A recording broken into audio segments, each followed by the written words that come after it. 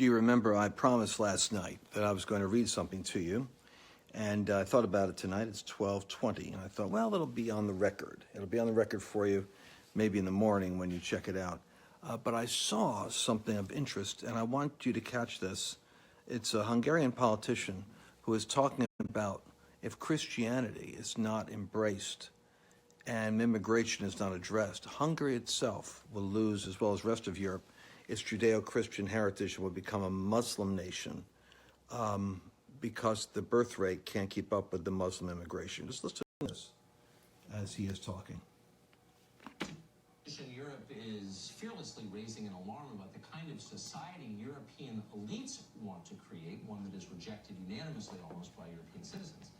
In a speech yesterday kicking off his party's bid for re-election, Hungarian Prime Minister Viktor Orbán warned that politicians in Brussels, Berlin, and Paris are going to destroy Western civilization with their enthusiasm for mass migration. Brussels, Berlin, and Paris. Left unchecked, he said, Europe could end up with a Muslim majority, while the continent's Christian culture would be blotted out.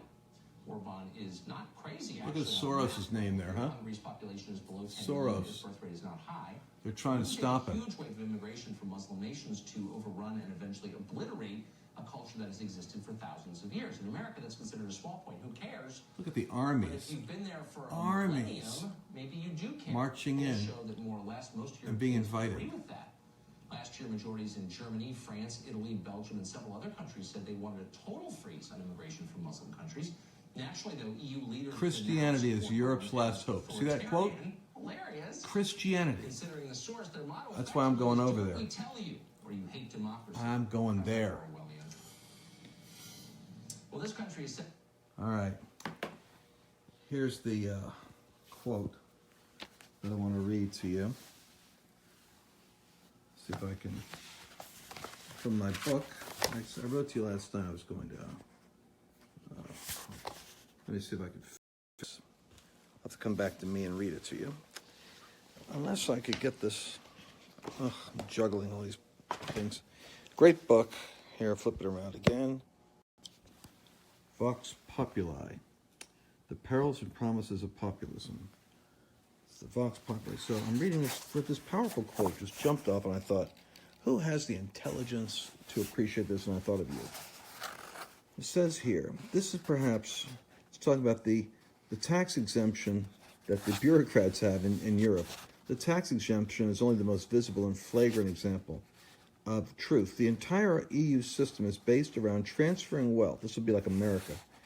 Transferring wealth from ordinary citizens to those lucky enough to be part of the machine.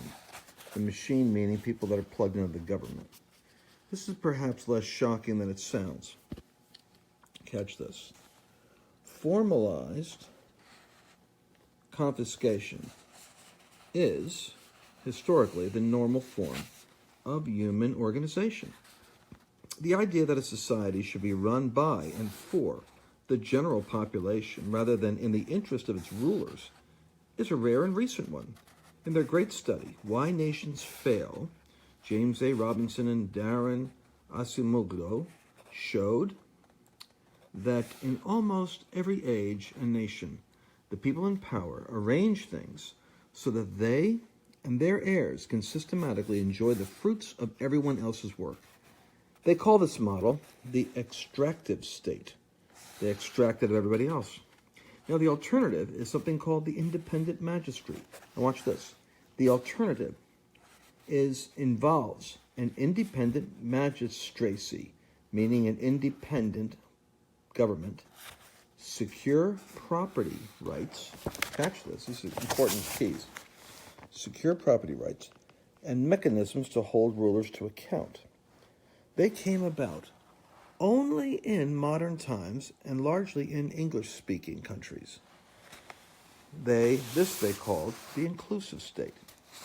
To put it at its simplest, populism is justified in extractive rather than inclusive states, just as armed resistance is justified in tyrannies rather than in democracies.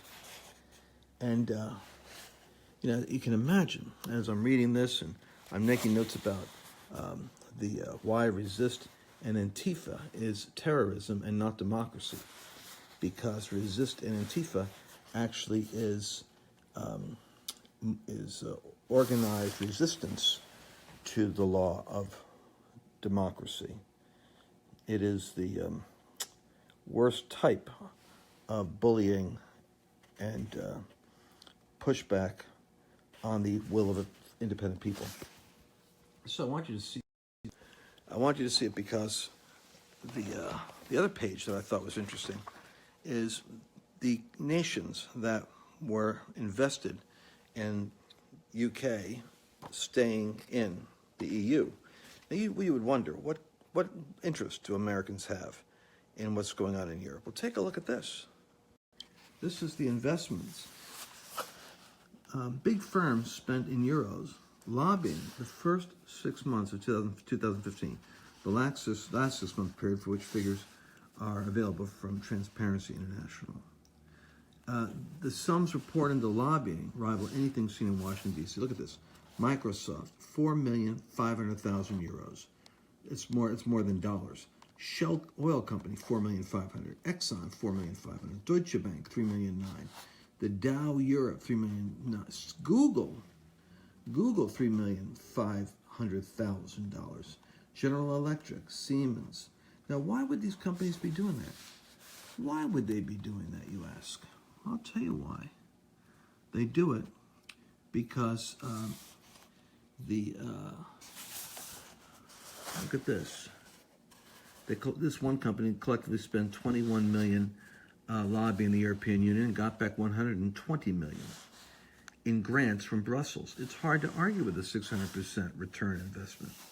So what this tells you is American corporations, wow, globalist economics. The American corporations were lobbying to keep the EU together because it makes more money for the corporations. It's as though the corporations are like their own nations. They're more loyal to their own money than they are their countries. And so, folks, you can't make this stuff up. But the thing that really appealed to me here is that the idea that a society should be run for the population rather than the interest of its rulers is a rare and recent one. Why nations fail. I just wish we understood. Those of us that are born so spoiled in the, in the blessing of the United States probably don't stop and realize that this is a new thing, and that in reality, I'm trying to turn my thing around. In reality, it's a rarity, and we're part of a recent experiment where nations were kings and rulers and oligarchs, like crime criminals, where the people in charge don't structure things for their benefit and you serve them. That's the way humanity is. That's the way human nature is. And it's only Christianity that thinks outside that box and thinks in terms of power being a responsibility for the sake of others. So I shared that with you because I thought the section here with Hungary and the reading here from Vox Populi are both poignant.